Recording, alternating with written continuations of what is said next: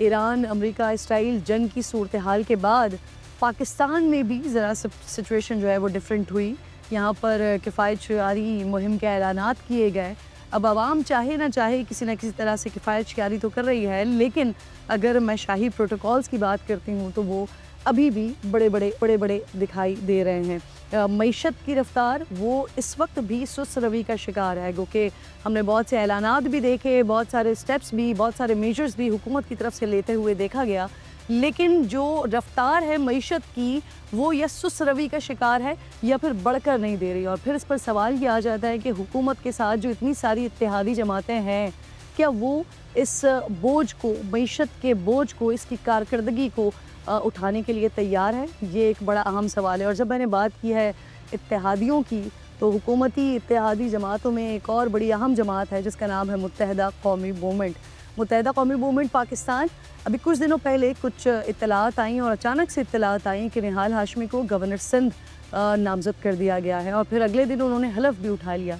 सिंध के गवर्नर को बड़ा मजबूत समझा जाता था, यानी कि कामरान टिसोरी, लेकिन जब कामरान टिसोरी अपने ओहदे से गए तो उसके बाद ये गुफ्तगू शुरू हो गई कि आया MQM और हुकूमत की जो मुस्लिम लीग नून है या दीगर पार्टीज़ हैं इस इत्तेहाद में, क्या उनके साथ इख्तिलाफ़ात हैं?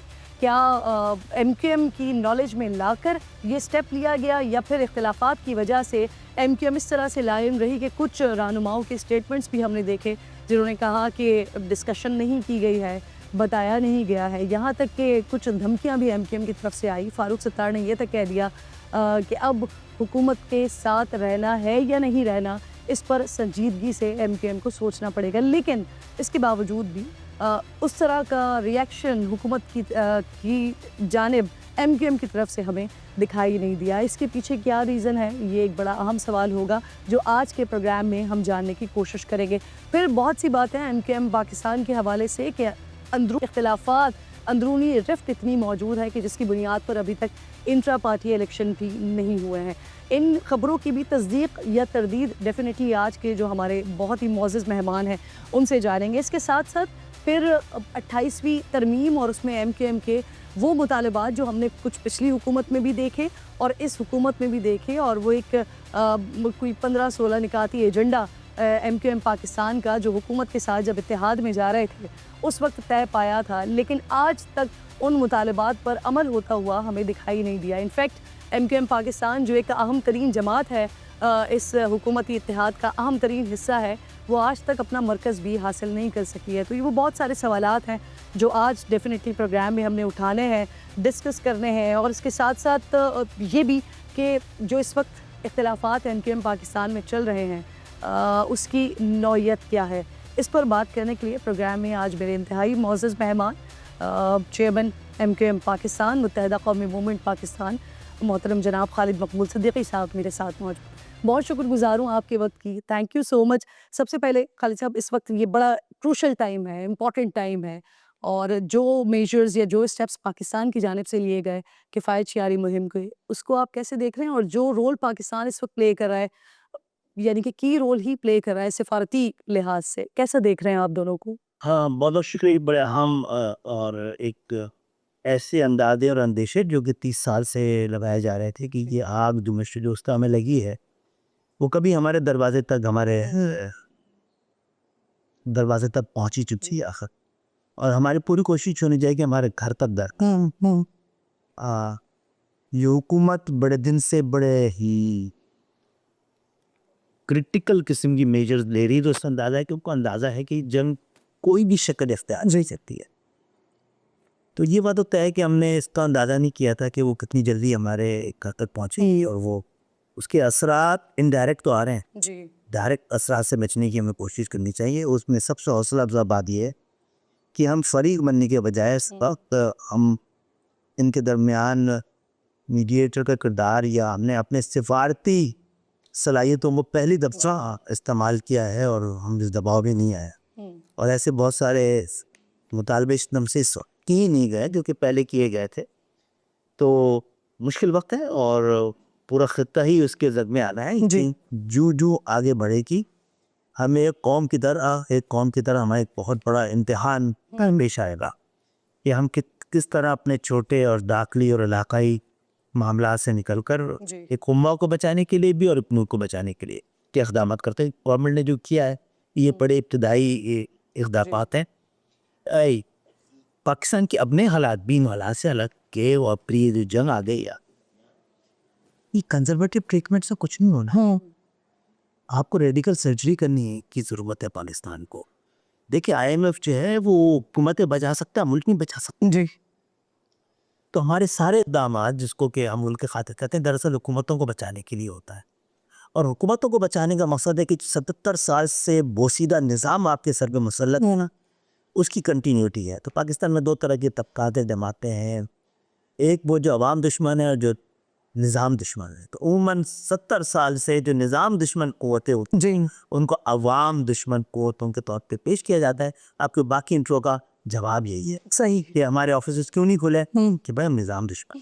तो पाकिस्तान के निज़ाम को सामने रख के देखेंगे तो हम अपोजिशन में हैं, हम हुकूमत में हैं, हमारे दफातर नहीं, लोग दफातर से भी डरते हैं वहाँ। तो और ये बड़ा अच्छा हुआ है कि हमारे दफातर हमें नहीं मिले, तो मैं दिखाया उसके बगैर की तरह रहते हैं। आपने 2018 में हमें हरा दिया, तो जब 14 नशिस्तें ली हुई थी कराची, हमने 4 ली। तकाजा पूरे कराची का हमसे था। इसका मतलब कराची ने किसी और को उस वक्त अपने नहीं मुंतखब नहीं किया। मैं नताइज भी MQM कितनी कमज़ोर है, कितनी मजबूत। आपको नहीं लगता वैसे कि वो 2018 वाला मामला फिर 2024 में उसका इजाला नहीं हो गया? यही मैंने पहले कह दिया था कि जिन्होंने हराया है वही जीतवाएंगे। तो फिर अवाम निकली है, उन्होंने उस वक्त तो नहीं हराया था, निकली और फैसला वापस ले लिया और होता भी नहीं है। तो इजाला ये अवाम की तरफ से हुआ। जी देखिए, जिन जमातों के भी जड़े अवाम तक होना, उनसे मुकालमा के अलावा कोई तरीका नहीं निपटने का। आप उनको दबाव के जरिए अपने साथ नहीं रख सकते हैं। दबाव इस हद तक ही लिया जाता है कि अपनी वक्त गुजारना होता है। फिर MQM आज 22 नशिस्तों में 87 और 18 में 7 नशिस्तों की कारकर्दगी में कोई फर्क नहीं। अच्छा खालिद 7 नशिस्तें उन्होंने बड़े बड़े काम कराए हैं। ऐसा ये नहीं है कि हमने हुकूमत। वैसे ये सारे मामले पर बड़ी बड़ी तफसील से बात करनी है आपसे, लेकिन मेरे पूरे इब्तिदाई को आपने पहले ही सवाल के अंदर समो दिया है। मैंने मुझे आपका वाला तो जवाब दे दिया जी कि यही मौका है कौम को ज़हनी तौर पर तैयार रखिए। कोई देखिए ये बताइए क्या वोट लेने वालों को यह पता है मेरा ही वक्त है, जिन लोगों ने मुझे लाखों वोट हज़ारों वोट दे उनके लिए कोई आपने इख्तियार नहीं रखनी, कोई गुंजाइश। लेकिन फिर वही आवाम जब ये देख रहे होते हैं कि अगर वज़ीर आज़म साहब एक तरफ किफ़ायत शयारी मुहिम का ऐलान करते हैं और फिर जब उनके प्रोटोकॉल्स निकलते हैं, सुबह सिंध का वो विज़िट करते हैं, वो कराची में आते हैं, यहाँ पर 34 गाड़ियाँ, सदर के लाड़काना दौरे पर 32 गाड़ियाँ, ये पूरा काफ़िला जब वो देखते हैं वो क्या सोचते हैं? फिर घर पे आए आपको प्रोटोकॉल नजर आया यहाँ पे? तो हाँ, मैं वही देख रही थी, सादगी किफ़ायत शयारी मुझे नज़र आ रही थी। नहीं, वे ऑफ लाइफ है, किफ़ायत शयारी नहीं है। और मैं अपने बारे में डिटेल में नहीं जाऊँगा। हम अपने हिस्से का इनकलाब ला चुके। ये जो 77 साल से पाकिस्तान में जो लोग काबिज हैं उनके लिए ख़तरा ही बहुत काफ़ी था। तो चलें आप प्रोग्राम में आगे बढ़ते हैं। ये बता दिया कि आपने वैसे ये जो आपने पूछा कि बहुत सारे मुतालबात हुए हैं तो कई ऐसे मुतालबात हैं शायद जो पिछली MQM थी वो भी नहीं करवा सकी, कराया। कराची की आबादी जो पूरी दुनिया ये समझती है कि 3 करोड़ से भी ज़्यादा है। आज से बड़ी जरदारी साहब जब 2008 में थे ना, तो कराची की आबादी को 3 करोड़ कहते थे। चीफ जस्टिस गुलजार कह चुके हैं कराची की आबादी 3 करोड़ है। अभी तो एक जगह पे ये भी कहा गया कि कराची की आबादी 4 करोड़ पहुँच हुई है। कराची में 3.5 करोड़ से ज़्यादा लोगों के लिए गंदम आती है।